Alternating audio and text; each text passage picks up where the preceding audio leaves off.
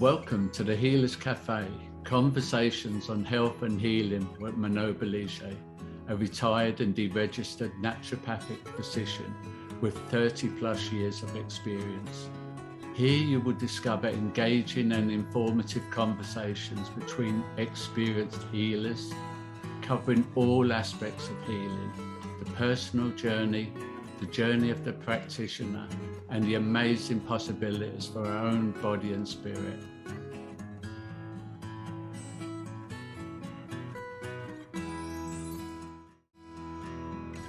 Welcome to the Healers Café, and today I have with me Holly Howe. I hope I pronounced that properly. Howe, actually. Howe, okay. Like Gordie Howe. That makes sense. All right, so Holly Howe, yes? Perfect. Okay. Otherwise known as the sauerkraut educator, I guess, because we're going to be going through all kinds of information regarding the importance of it, how to, and even a recipe if we have time. So my first question to you really is, how did you start down this path? I mean, obviously it's a health path, so you don't do this without understanding the major benefits it has. But why you? How did it start for you?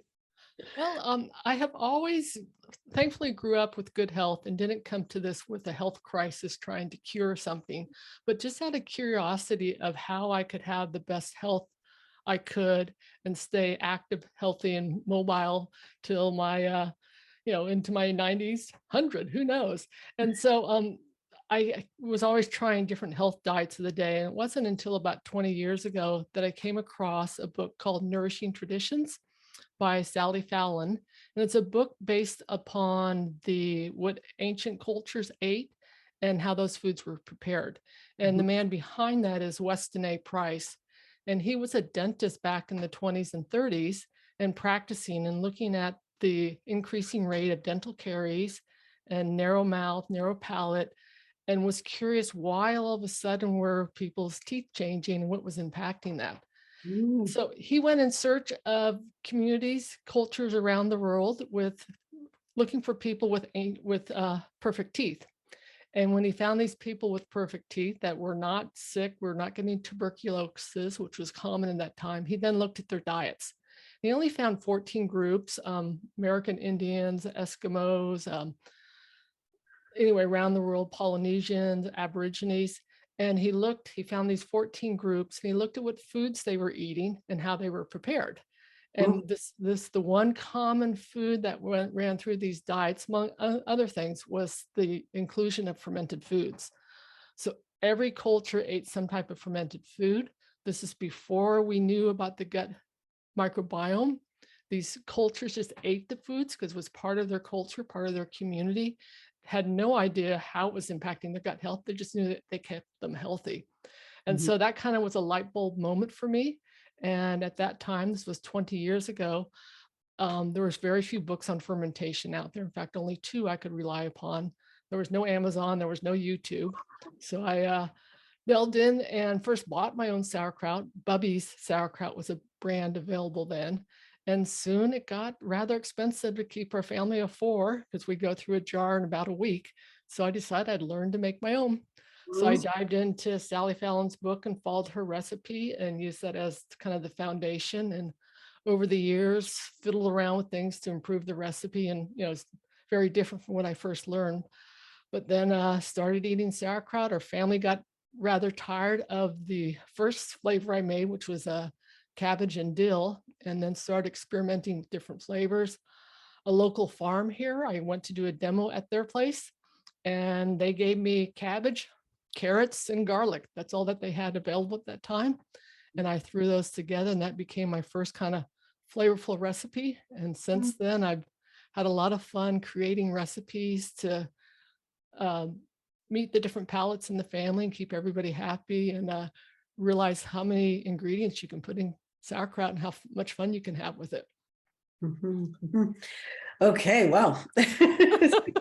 So yeah, idea that healthy traditional communities ate fermented foods. Yeah. So tell us the benefits that I mean, one that you've seen directly in your family, but also obviously that you've Right. and yeah. Well, and why should people be eating fermented foods? Right. Well, that's the one question I always ask my readers when they subscribe to my newsletter is, why are you interested in learning to ferment foods? And the number one reason everybody gives is for gut health.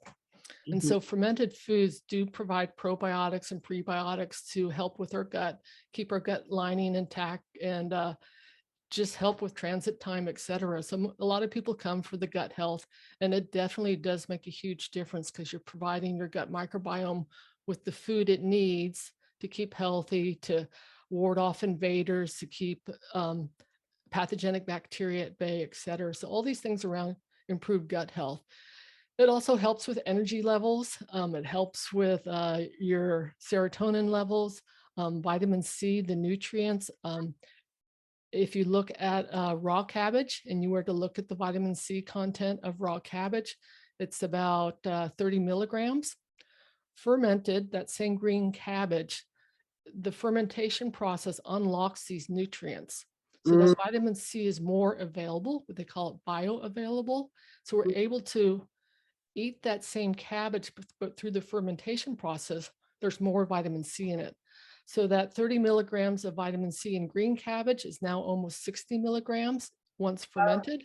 If you take red cabbage with the polyphenols and that nice, beautiful red color that has so many more nutrients, it hops up to 600 milligrams per 1 cup serving. So 695. So it's just amazing what that fermentation process can do to the nutrients. As we age, our hydrochloric acid levels go way down. And through the fermentation process, lactic acid is produced. That lactic acid serves as a digestive aid. So just all sorts of things that can help us along the way.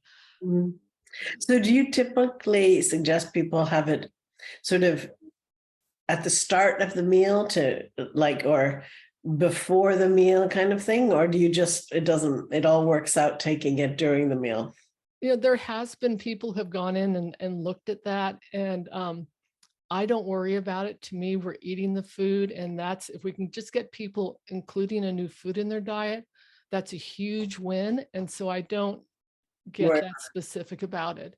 And it's just when people first find fermented foods and make their first jar of sauerkraut, their body will be telling them that they need this food. That's what the gut microbiome, the bacteria in your gut, are saying, we need this food, eat it. And all of a sudden they're craving it, and they could eat to the bottom of that jar in one sitting. And we have to be careful with that. It is a condiment. And for people who are dealing with digestive issues already, that can be an influx of way too much bacteria. You could end up with just the very thing you're trying to prevent by eating the sauerkraut. So if you're having gut issues, generally you want to start slow. Even sometimes people will start with just the brine and then work your way up to 1 or 2 forkfuls a day with 1 or 2 meals. So you can eat the whole jar if you have a good digestive system, but it's really, we don't need all that. It's a condiment. We want to look more for a variety of different fermented foods versus downing a jar of sauerkraut in one day. What about people with yeast overgrowth, which is often also ultimately a gut issue, but often they're told, oh, you can't have any fermented foods, you can't have, vinegar, you can't have barley. What do you do with that, or have you found? Well, I'm an educator, not a medical practitioner, so I have to be careful that I can't prescribe anything. But one other gal I follow on the internet has done a lot of research and delves more into the health issues, and she sees no connection with the candida and it being a problem eating fermented foods. And I just go back to listen to your body. We have little angel messengers all the time giving us feedback. And when we introduce a new food like this, to take it slowly and see what happens to the symptoms we're concerned about. And, it's not a magic bullet. It's part of a comprehensive diet. It's just one component of it. It's not like a fermented foods diet, we're just adding a condiment to our plate. We're adding a forkful of sauerkraut to our salad to make the flavors pop. When we put that hamburger together or that hot dog, we add the fermented food to it, and the flavors shift and change, and everything tastes so much better. So when we're looking at specific health concerns, take it slow and listen to your body, and have just a sip of the brine for a week and see how things shift or change. And if everything's good, then we try a few strands of the sauerkraut and then work your way up to that specific, the serving size. Yeah, I didn't officially know what the official answer is, but but I don't do anything that way anyways. It's No. it doesn't seem that it would really make sense, provided you're listening to your body, because that's the only thing you can do anyways.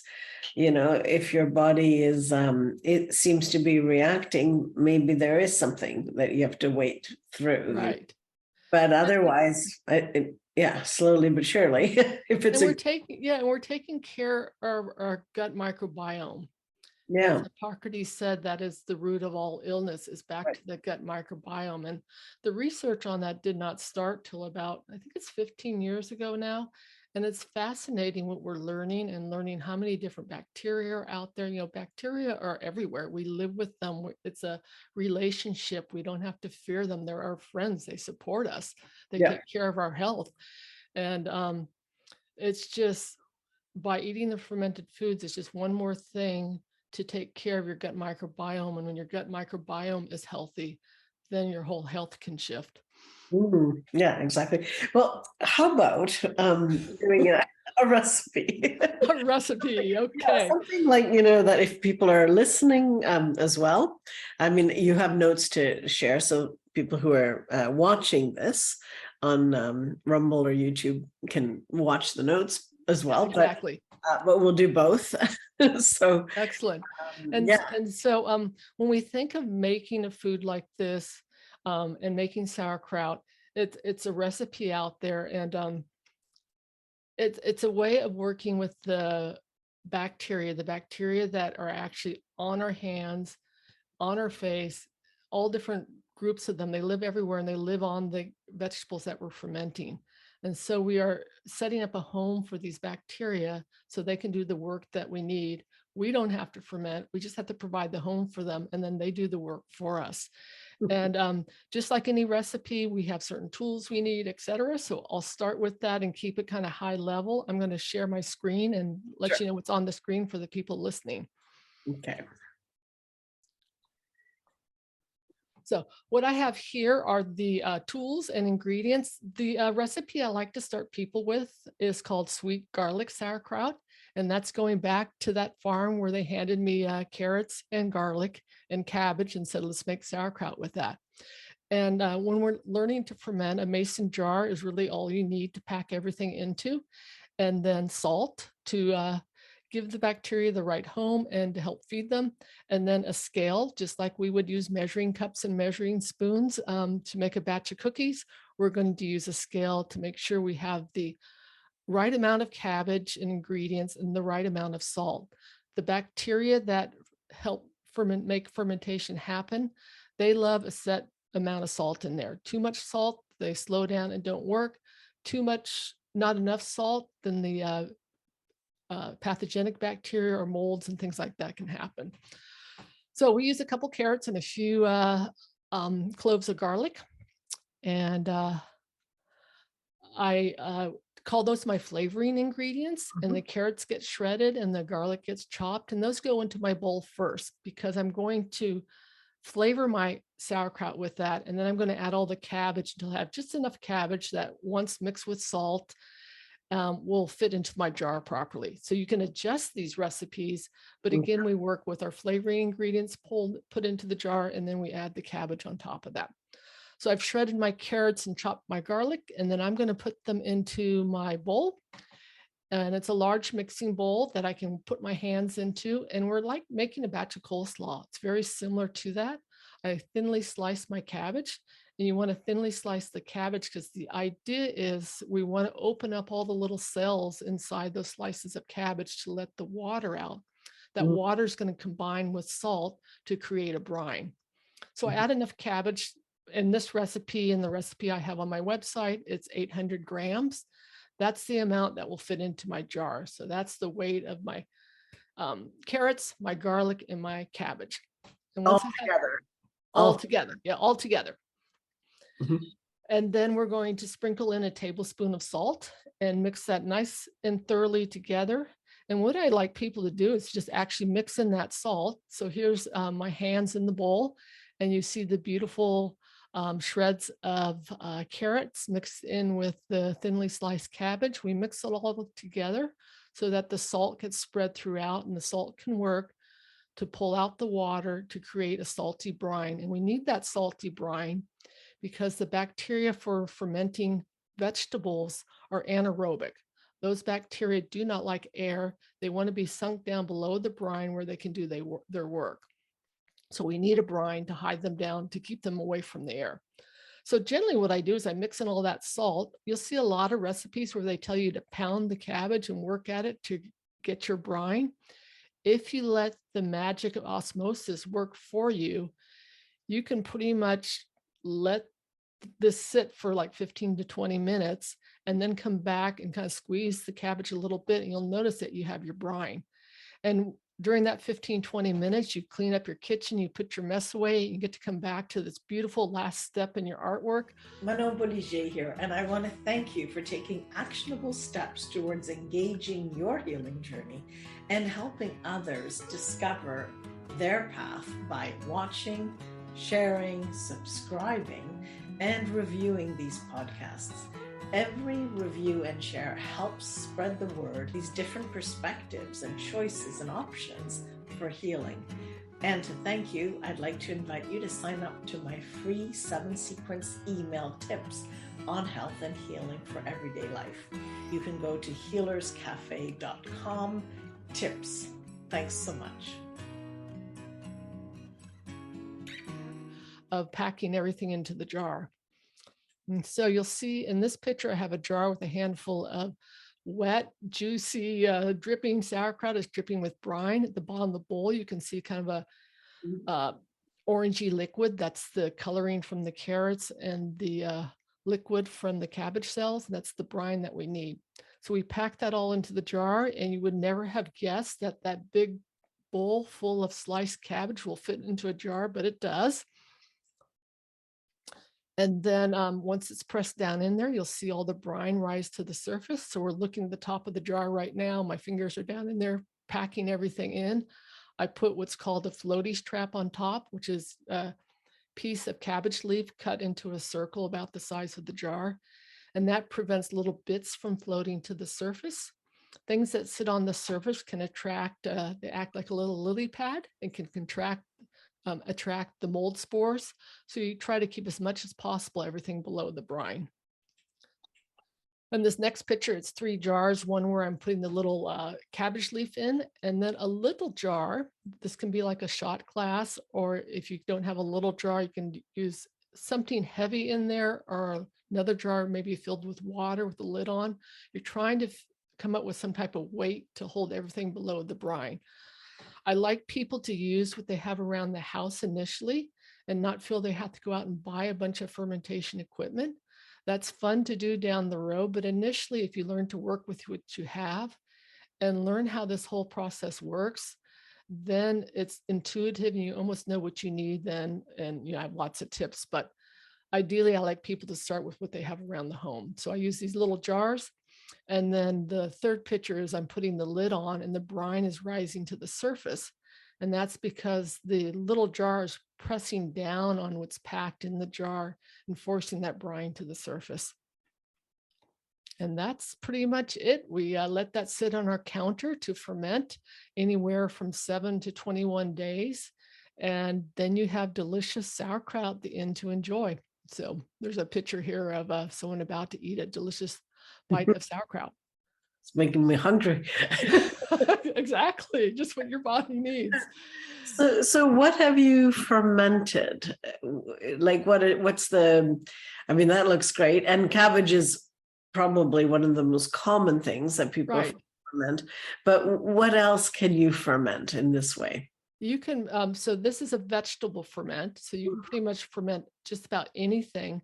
Cabbage is what we call a dry ferment, meaning that we don't add a brine to it. We allow the salt to Right. pull the liquid out to create its own brine.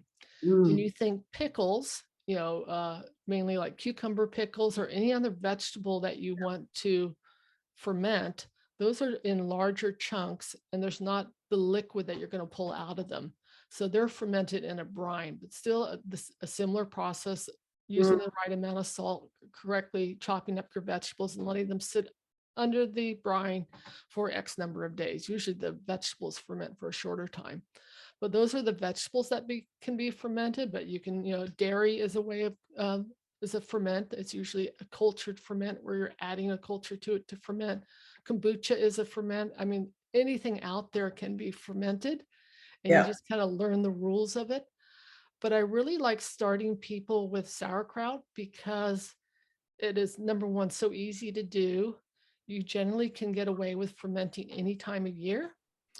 Technically, fermentation is a means of preserving foods. In ancient cultures, they would preserve all their cabbage in the late fall when that cabbage was picked. They wouldn't be sitting down in June with a head of cabbage that had been sitting in their cellar for 6 months and trying to ferment it. But we are welcoming people into this to learn this new act, this new skill of preservation. So if you're trying to preserve cabbage in the middle of June, it might be a little bit more challenging, but it can be done. So it's a method of preservation of our vegetables there. I mean, generally, it's done seasonally, but I forget where I was going. But yeah, lots of things can be fermented, and they all, with sauerkraut, is such a wonderful ferment to start with because it's teeming with all this different bacteria, and it's so easy to add to any meal. You can put it on your eggs in the morning. Right. You can mix it into a smoothie where you can almost hide it if you're trying to introduce that to somebody. You can add it to a salad. You can eat it just alongside any meal. So it's a wonderful ferment to start with. And the salt here, like, I mean, it seems so relaxed and easy, and you were just doing it, but you're not like the salt has a certain amount that you need for 8. Right. Yeah, so we're weighing things, and my recipes are set up what we call a 2% salt concentration. Okay. And that is 800 grams of the sauerkraut cabbage mixture. And the 1 tablespoon of salt so happens to be approximately 16 grams. So that's your 2%. You can get away with, like, people who are concerned about too much sodium in their diet, they can drop it down to 1.5%. And you can go up to 2.5%, which is generally, if it's really warm weather, you can use more salt to slow things down. If it's very cold weather, you can use less salt to speed things up. But you generally want to be in that range, and that's because microbiologists have looked at fermentation and what grows and what happens, and that they have found that range to work the best. So all my recipes are set up for success with that correct amount of salt in there. Okay. So I did notice, because I've signed up for it, you have a book about or like a pamphlet that explains the 7 things that you should be careful about. Yes. So those are 7 fermentation mistakes. That's like the main opt-in on my website if you go to makesauerkraut.com.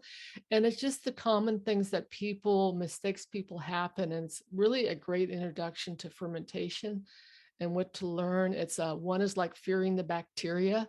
Right.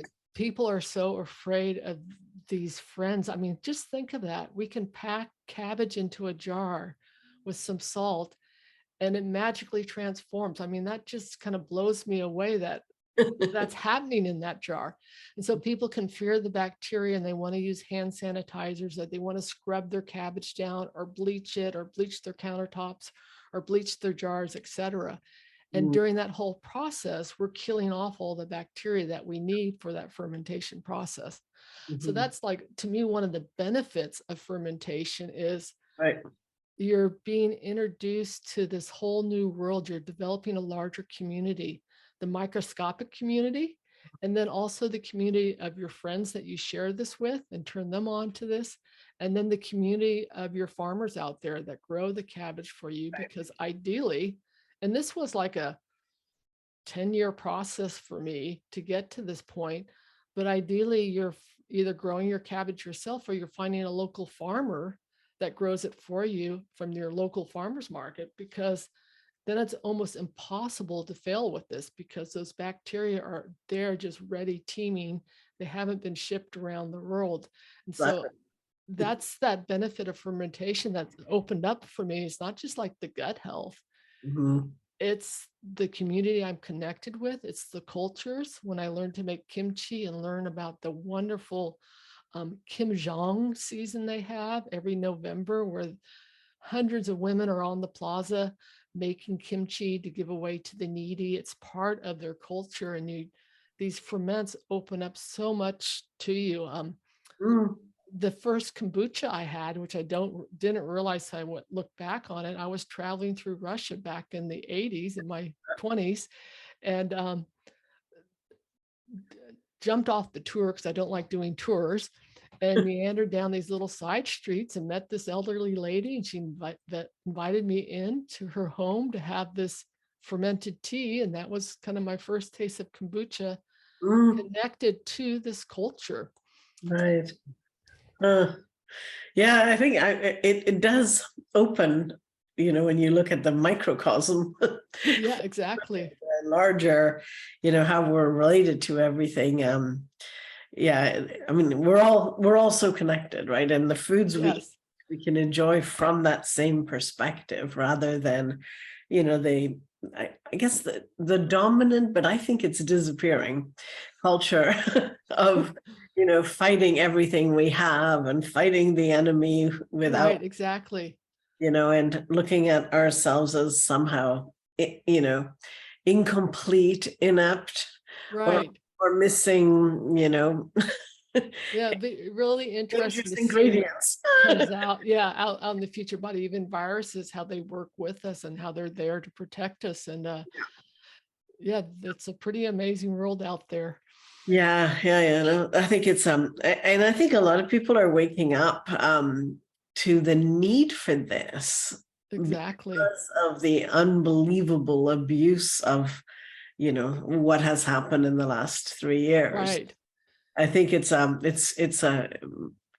don't think that part was by design, except for if you give design to greater forces than right, than those who think they can control the future. But I think